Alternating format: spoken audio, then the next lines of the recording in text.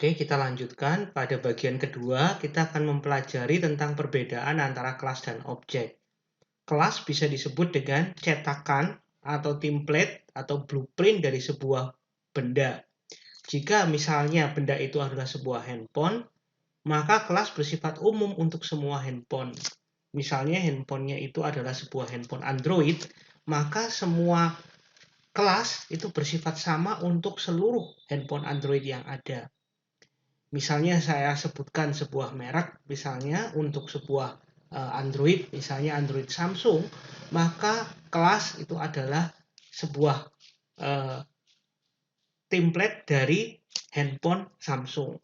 Lalu kemudian objek adalah merupakan hasil instansiasi dari kelas. Instansiasi dalam bahasa lain sering disebut juga dengan kenyataan ya. Jadi instansiasi adalah sesuatu yang nyata ya. Jadi sesuatu bentuk nyata dari sebuah kelas. Nah, jadi bisa dibilang kalau kelas itu adalah sebuah template ya, ini template-nya, maka template handphone Samsung, maka untuk objek itu adalah Samsung A1, misalnya A1 ini adalah A2, misalnya ini adalah A3 gitu. Jadi mirip-mirip ya, bisa dibilang akan seperti template-nya, seperti cetakannya, tapi dia pasti punya keadaan dan punya nilai-nilai yang berbeda karena sudah objek nyata. Jadi di dalam objek terdapat dua hal penting. Yang pertama adalah state atau atribut yang dimiliki, ya, status yang dimiliki oleh sebuah objek tersebut. Lalu kemudian yang kedua adalah behavior atau tingkah laku atau metode atau fungsi. Jadi bisa dibilang di dalam sebuah objek, atribut diimplementasikan dalam bentuk variabel kelas, ya, variabel. Lalu kemudian behavior atau perilaku diimplementasikan dalam bentuk fungsi atau metode, ya. Nah, kemudian kita akan membahas secara khusus tentang kelas. Kelas bisa diibaratkan, tadi sudah dijelaskan, merupakan suatu template, ya, merupakan suatu template rancangan yang bersifat umum untuk semua objek dari kelas tersebut. Contoh, kelas yang bersifat umum misalnya kelas mobil. Mobil itu sesuatu yang umum. Kalau khususnya apa? Sesuatu yang khusus itu misalnya mobil sedan misalnya ya, atau mobil Jeep misalnya, atau mobil SUV dan sebagainya. Lalu kemudian hewan. Hewan itu bersifat umum. Sedangkan khususnya misalnya adalah harimau, misalnya kucing, misalnya anjing, misalnya bebek dan sebagainya. Lalu kelas komputer. Kelas komputer sendiri bersifat umum, sedangkan yang khusus misalnya adalah laptop, desktop, atau komputer dengan seri tertentu. Kelas televisi juga bersifat umum, sedangkan khususnya misalnya adalah smart TV, misalnya televisi biasa, televisi tabung, atau televisi yang berbentuk lainnya. Gitu ya. Nah, kemudian biasanya kelas itu berupa kata benda dan bersifat umum, kata benda yang bersifat umum. Jadi kelas itu biasanya berupa sesuatu yang bersifat umum. Kelas terdiri dari dua bagian. Yang pertama adalah data member, berhubungan dengan data, berhubungan dengan variabel-variabel, yang tadi disebut dengan bagian field atau atribut, ya, atau state, ya, dan memiliki yang namanya bagian behavior atau operation atau method atau function. Jadi di dalam kelas dan objek, kelas itu memiliki dua bagian utama, ya, sering disebut dengan field, ya, sering disebut dengan field nih, sering disebut dengan atribut, ada yang menyebutnya state, ya. Lalu ada yang menyebutnya variabel. Jadi macam-macam ya. Lalu kemudian bagian data member, lalu yang kedua adalah function member, disebut dengan operation atau method atau function, ya, bisa juga function, disebut dengan function. Terus kemudian bisa juga disebut dengan behavior. Nah, seperti itu. Ini state atau variabel. Nah, di dalam fungsi, ya, nanti akan dijelaskan ada dua fungsi yang biasanya ada di dalam sebuah kelas yang disebut fungsi mutator. Ya, mutator itu berarti dalam arti kata mutate atau mengubah nilai member, disebut dengan setter. Lalu kemudian yang kedua adalah fungsi asesor atau mengakses, mengambil nilai yang disebut dengan getter. Nah, nanti akan dijelaskan di dalam implementasinya. Lalu kemudian data member atau variabel disebut juga dengan instance variable atau sering disebut dengan variabel kelas, ya. Variabel yang dimiliki oleh suatu kelas. Oke, terus kemudian data member dapat bertipe primitif atau bertipe yang lain. Jadi Anda bisa membuat dengan tipe data primitif seperti integer, byte, dan float, dan sebagainya, atau bisa bertipe yang lain seperti array, struct, class, atau tipe data yang lain, misalnya seperti list, dan sebagainya. Nah, kemudian objek merupakan bentuk nyata dari suatu kelas. Kalau kelas bersifat umum, sedangkan objek bersifat khusus, ya, bukan lagi berupa template. Jadi dia berupa sesuatu yang khusus, spesifik. Biasanya kelas lebih bersifat umum, lebih bersifat luas daripada objek. Objek itu bersifat lebih sempit atau lebih kecil. Contoh objek yang seperti tadi. Kalau ada kelas mobil, maka objeknya namanya sedan, jeep. Kelas komputer, maka objeknya namanya laptop, desktop. Kelas hewan, maka objeknya adalah harimau, kucing. Kelas manusia, maka objeknya adalah dosen, mahasiswa, misalnya begitu. Dan itu bahkan masih bisa diperkecil lagi. Misalnya jenis jeep apalagi, jenis laptop apalagi, jenis desktop apalagi, jenis harimau. Kalau harimau dianggap sebagai suatu kelas, bisa juga nanti Anda bisa membuat harimau Sumatera, harimau apa, dan sebagainya. Kucing.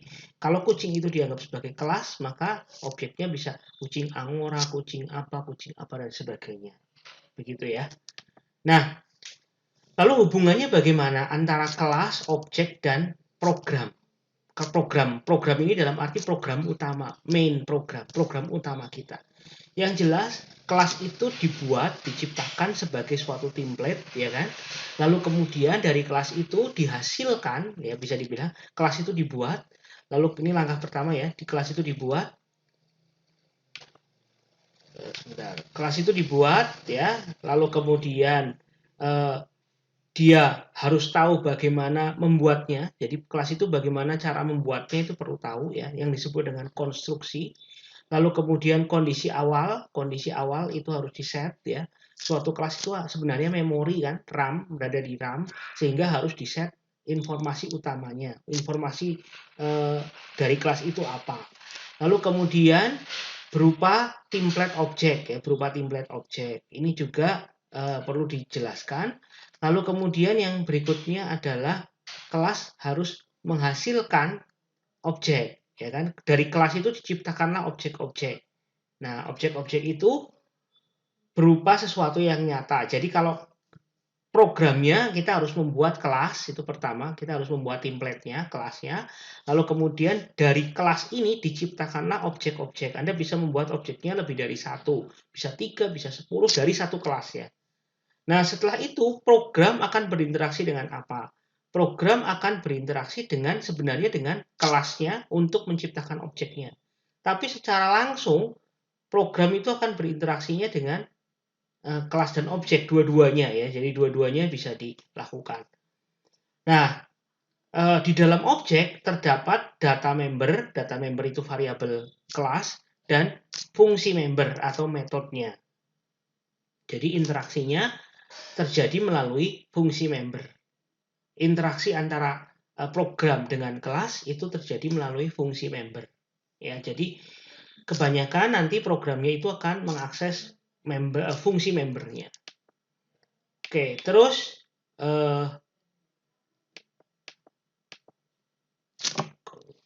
nggak hilang ya.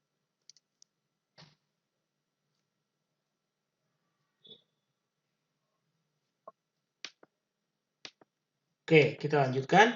Nah, kemudian dalam mengakses dari data member dan fungsi terdapat level-level tertentu ya. Jadi di bagian data member dan fungsi tadi itu ada level-levelnya. Yang pertama dideklarasikan dengan bagian yang disebut dengan public. Kalau dideklarasikan dalam bentuk public, maka semua data dan fungsi tadi, data dan fungsi bisa diakses dari kelas itu maupun dari luar kelas. Jika dideklarasikan dalam bentuk private, maka hanya dapat diakses oleh kelas itu sendiri. Ya, jadi kalau dideklarasikan namanya publik bersifat umum, berarti bisa diakses oleh kelas itu maupun kelas lain. Sedangkan kalau bersifat private, maka hanya dapat diakses oleh kelas itu saja. Nah, pada umumnya bagaimana mendesain hak akses? Yang pertama biasanya data member atau variabel kelas dideklarasikan secara private. Pada Python, private menggunakan cara penulisannya adalah dengan menggunakan garis bawah ini ya. Jadi garis bawah, terus kemudian nama variabel. Sedangkan fungsi atau metode ini biasanya dibuat dalam bentuk public. Dalam bentuk public ini tidak perlu menyebutkan tulisan public, otomatis dia public. Jadi keywordnya itu adalah underscore untuk private, tapi public tidak punya keyword sama sekali. Nah, tadi kasusnya adalah kasus untuk rekening ya, rekening. Kalau rekening secara pemrograman prosedural cuma runtut saja. Nah, sekarang kita akan membuat yang disebut dengan kelas dan objek. Sehingga untuk rekening ya, kita akan membuat kelas rekening yang terdiri dari beberapa fungsi, beberapa metode. Yang pertama adalah metode buka rekening. Ya, ini adalah metode pertama kita, buka rekening. Lalu metode tarik, metode tabung, dan metode get saldo. Kenapa kita buat metode itu? Mari. Yang pertama adalah buka rekening. Metode ini itu adalah dibuat atau dipakai pertama kali saat kelas itu dikerjakan. Jadi saat kelas itu dipakai, maka langkah pertama kan belum ada rekeningnya. Berarti kita harus buka rekening, ya kan? Buka rekening. Nah, informasi dari buka rekening apa saja? Informasi buka rekening adalah kode rekeningnya atau nomor rekeningnya, nama orang pemiliknya, saldonya. Self ini apa? Self ini adalah suatu keyword di dalam Python yang digunakan untuk menunjuk bahwa suatu metode itu diakses oleh dirinya sendiri. Jadi self itu selalu ditulis di dalam semua fungsi yang dibuat dalam sebuah kelas. Jadi defaultnya self itu selalu ada di depan, selalu ditaruh di depan. Self itu menunjukkan bahwa itu menunjuk pada kelas ini sendiri, yaitu kelas rekening. Nah, lalu kemudian untuk mengakses variabel kelas, di sini tidak disebutkan variabel kelasnya, bisa langsung ditulis. Apa saja variabel kelasnya? Kode, nama, dan saldo. Jadi rekening ini memiliki kode, nama, dan saldo. Kode itu berarti kode nomor rekening, nama itu nama orang pemiliknya, saldo adalah saldo. Nah, artinya apa? Maka pertama kali dibuka kita langsung sambil lihat di sini ya, sambil lihat di implementasinya. Jadi pertama kali dijalankan rekening itu diciptakan dulu. Ya, rekening diciptakan dulu, rekening. Lalu kemudian rekening satu ini variabelnya ya. Buka rekening dengan kode 1 namanya Anton, lalu kemudian saldonya 10.000. Saldo awalnya. Jadi bisa dibilang rekening pertama, rekening 1 itu punya kode 1, pemiliknya namanya Anton, dan saldonya 10.000. Defaultnya ya pertama kali. Lalu kemudian ternyata ada metode lain, yaitu tabung dan tarik. Ini kan metode utamanya sebuah tabungan ya, tabung dan tarik. Jadi tabung itu menambah saldo, sedangkan tarik itu untuk mengurangi saldo. Nah, namanya menambah, silahkan saldonya berapapun pasti tinggal di plus ya. Jadi yang perlu ditambahkan adalah jumlahnya berapa. Anda mau menambah berapa gitu. Jumlah ini dimasukkan sebagai parameter. Berarti kalau tadi pertamanya 10.000 ini ya, 10.000 ditambahi 1.000 ini kan ditambah 1.000 berarti hasilnya adalah 11.000 ya, 11.000. Nah, terus ini berarti saldonya ditambah dengan jumlahnya. Mengapa saldo ada self terus kemudian jumlah tidak ada? Karena jumlah ini adalah parameter ini ya, jumlah ini adalah parameter ini. Sedangkan saldo ini apa? Saldo ini adalah kepunyaan dari rekening ya. Saldo ini kepunyaan dari rekening. Jadi membernya rekening, data membernya rekening. Jadi variabel kelas rekening. Saldo itu dimiliki oleh rekening. Nah, karena ini baru ada rekeningnya, baru ada rekening 1, berarti saldonya ini spesifik untuk rekening saldo. Saldonya berapa sekarang? Pertama 10.000 ditambah 1.000 berarti 11.000. Berarti rekening 1 punya saldo 11.000. Rekening 2, kalau Anda lihat di bawah sini, rekening 2 itu yuan itu dikasih saldo 20.000. Berarti saldonya rekeningnya yuan yang nama pemiliknya yuan itu adalah 20.000. Dan ini kalau di dalam memori itu menempati dua tempat yang berbeda. Jadi Anton itu menempati alamat memori berbeda, Yuan menempati alamat memori berbeda. Anton isinya saldonya adalah 11.000 dengan kondisi sekarang. Kalau Yuan pertama kali dibuat 20.000. Lalu ditambah lagi Yuan 2.000. Berarti 20.000 tambah 2.000 adalah 22.000. Jadi kalau ditampilkan hasilnya, ditampilkan saldonya berapa, maka saldonya Yuan adalah 22.000 ya, 22.000. Saldo Yuan adalah 22.000 ya, 22.000. Sedangkan saldonya Anton ini adalah 11.000. Oke, 11.000 yang ini 22.000. Tapi Anton ditarik 2.000, berarti 11.000 dikurangi 2.000 adalah 9.000. Jadi kalau dilihat di tampilannya ini, saldo Anton 9.000, saldo Yuan 22.000. Seperti itu ya. Nah, kalau mau ditampilkan langsung, ya, ditampilkan semuanya, maka Anda juga bisa menampilkan langsung print rekening 1, gitu ya, dan seterusnya. Dan itu bisa ditampilkan nanti hasilnya adalah, oh Anton itu ternyata saldonya 9.000. Kalau Yuan ditampilkan, berarti Yuan juga 22.000. Oke, nah sebelum masuk ke sini, saya akan menjelaskan lagi sebentar dengan gambar.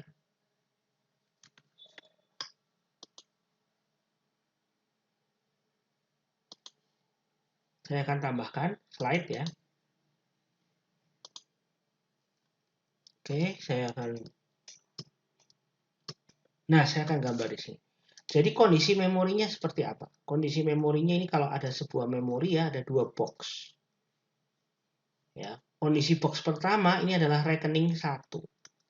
Yang ini adalah rekening 2. Rekening 1 itu kode 1, namanya Anton, saldonya pertama sekarang 9.000. Rekening 2 namanya Yuan dan saldonya adalah 22.000.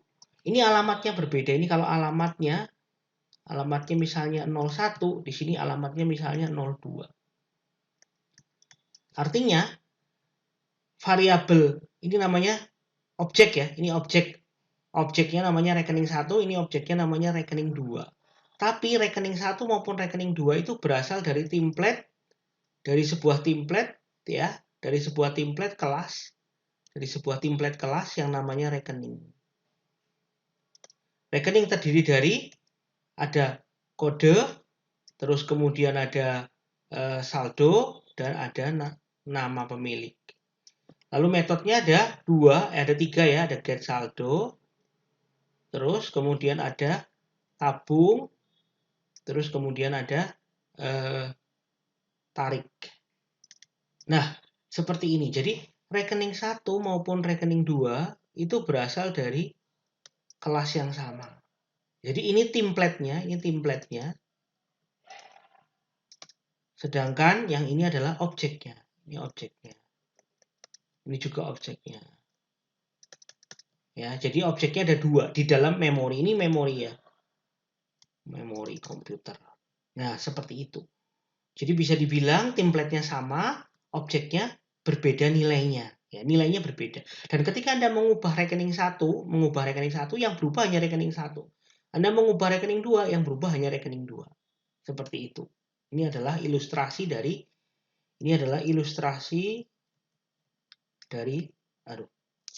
kelas dan objek ya. Ilustrasi dari kelas dan objek. Seperti itu. Oke.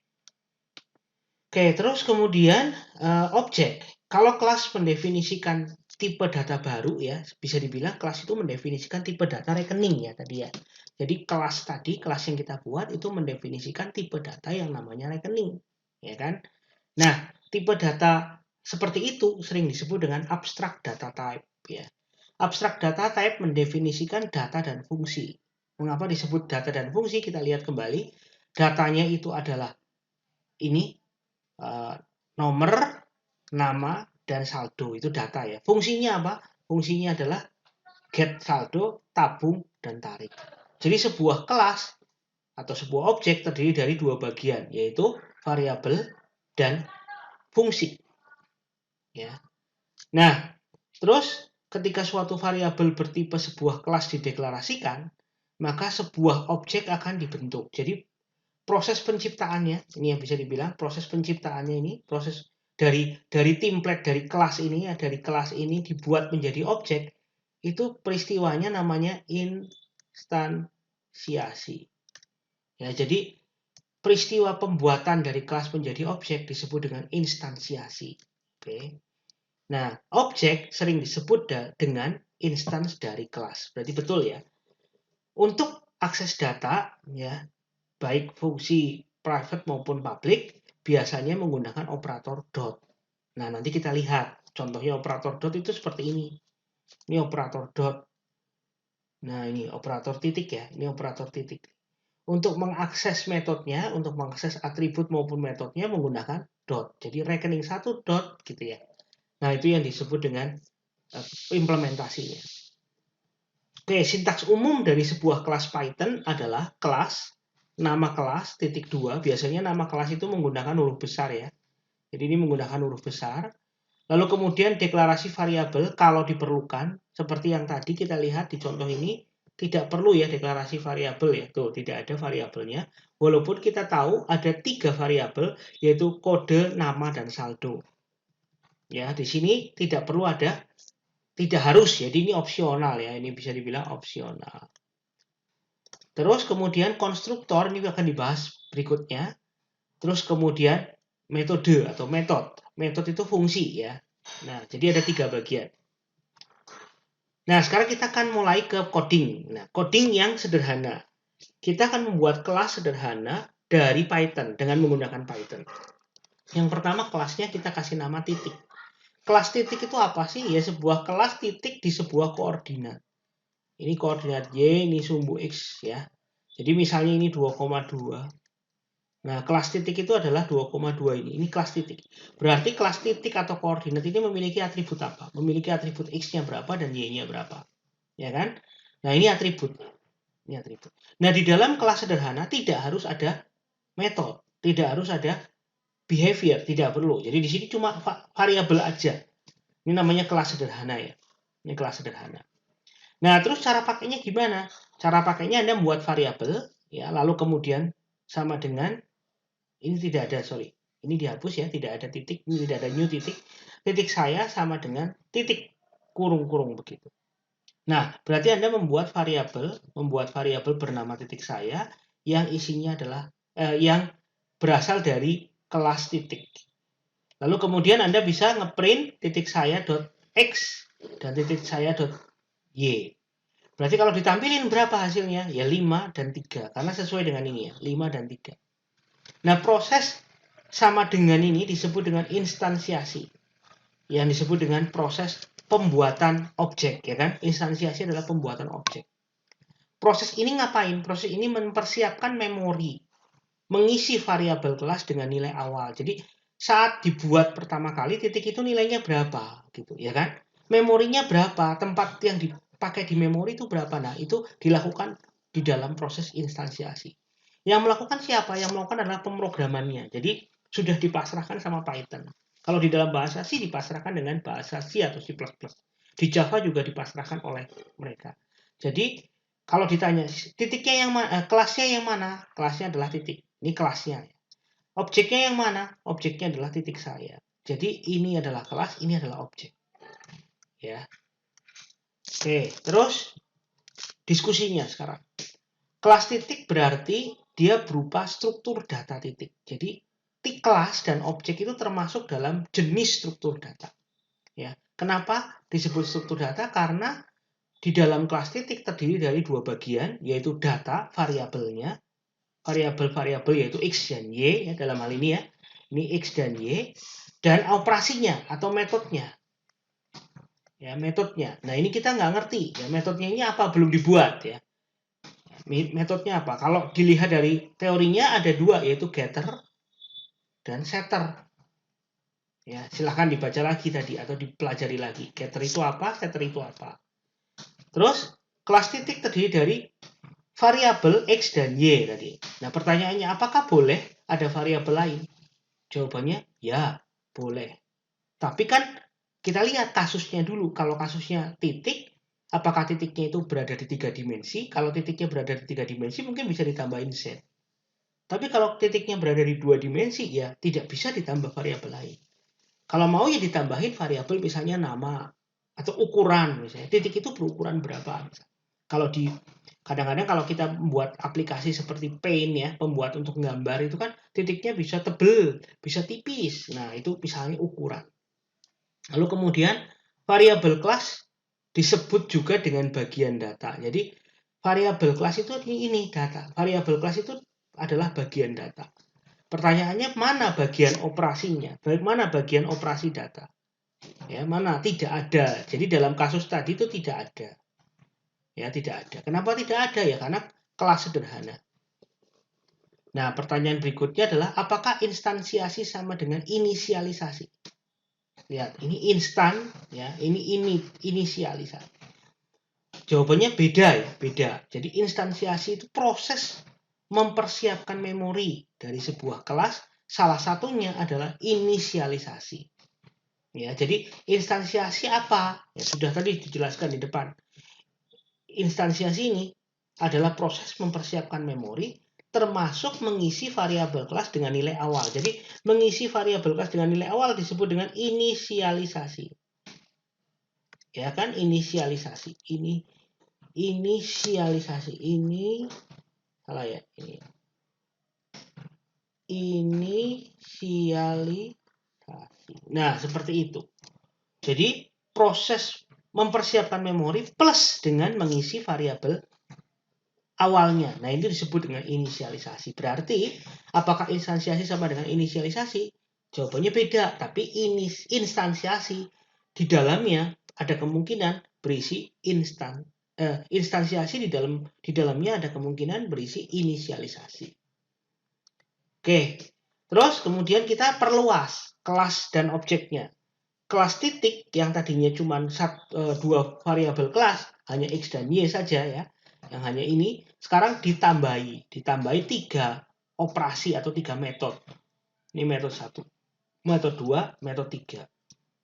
Nah, metode 1 apa? Metode 1 itu pakainya garis bawah ya. Thread init. Nah, ini ya. Garis bawahnya 2 ya. Thread. Jadi dalam codingnya Anda harus menuliskan 2 garis bawah. Nah, ini kenapa harus ada garis bawahnya? Ini adalah suatu nama fungsi spesial. Nama fungsi spesial yang namanya garis bawah, init, garis bawah ini spesial. Spesial, harus kayak gini. Bisa dibilang harus seperti ini. Buat apa? Ini dipakai untuk melakukan instansiasi. Ini dipakai untuk melakukan instansiasi. Ya, dipakai untuk melakukan instansiasi. Instansiasi tadi adalah mempersiapkan memori dari sebuah kelas. Nah, isinya apa? Nah, kita kan harus mempersiapkan. Nilainya itu kalau dibuat pertama kali mau dikasih nilai berapa. Berarti menginisialisasi variabel kelasnya. Defaultnya 5 dan 3 ya, tapi kita bisa ubah nilai X dan Y-nya. Yaitu dengan diisikan. Nilai X yang Anda minta yang mau diisikan berapa, nilai Y yang mau diisikan berapa, lalu dimasukkan ke X dan Y. Berarti di sini X dari kelas titik diisi dengan X baru ya. Y dari kelas titik diisikan dengan Y baru. Nah, contohnya di sini diisikan 10 dan 30. Berarti kalau ditanya berapa nilai X-nya? 10. Berapa nilai Y-nya? 30. Bukan 5 dan 3 lagi. Lalu kemudian ada variabel yang namanya show X dan show Y. Show X itu apa? Show X itu adalah dia hanya menampilkan saja. Nah, kalau menampilkan berarti apa? Termasuk getter ya, getter ya.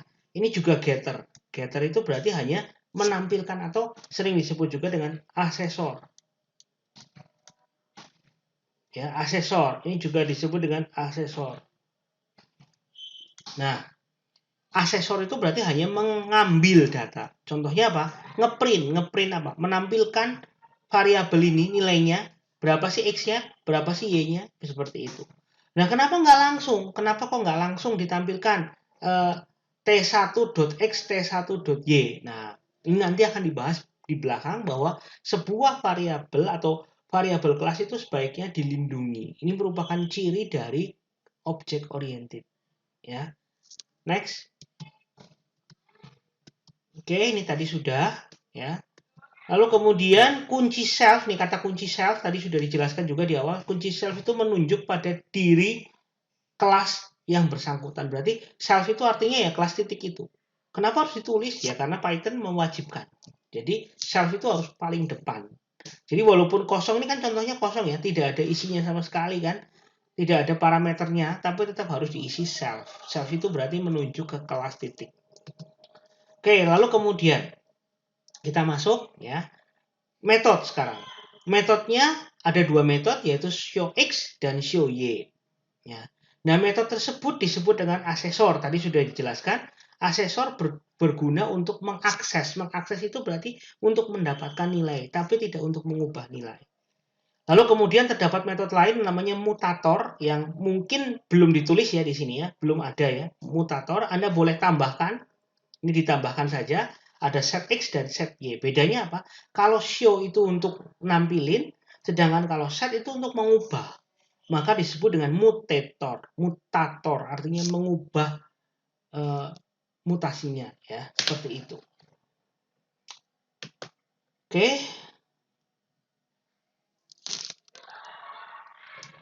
Lalu kemudian metode berikutnya adalah metode show X atau self dan metode show Y biasanya menggunakan nama lain. Jadi selain show itu ada juga nama get X dan get Y. Ya, biasanya seperti itu, get X dan get Y. Jadi selain show itu ada juga get X dan get Y. Oke, terus get X akan mengembalikan nilai X dan get Y akan mengembalikan nilai Y. Karena dia mengembalikan nilai, maka harus ada keyword return. Ini ya, keywordnya return. Kalau set, dia tidak ada keyword return. Karena set itu mengubah. Tidak ada yang dikembalikan. Nah, metode get X dan get Y disebut dengan aksesor. Lawannya aksesor apa? Mutator. Oke, seperti itu. Oke, sampai di sini dulu. Kita lanjutkan di video ketiga.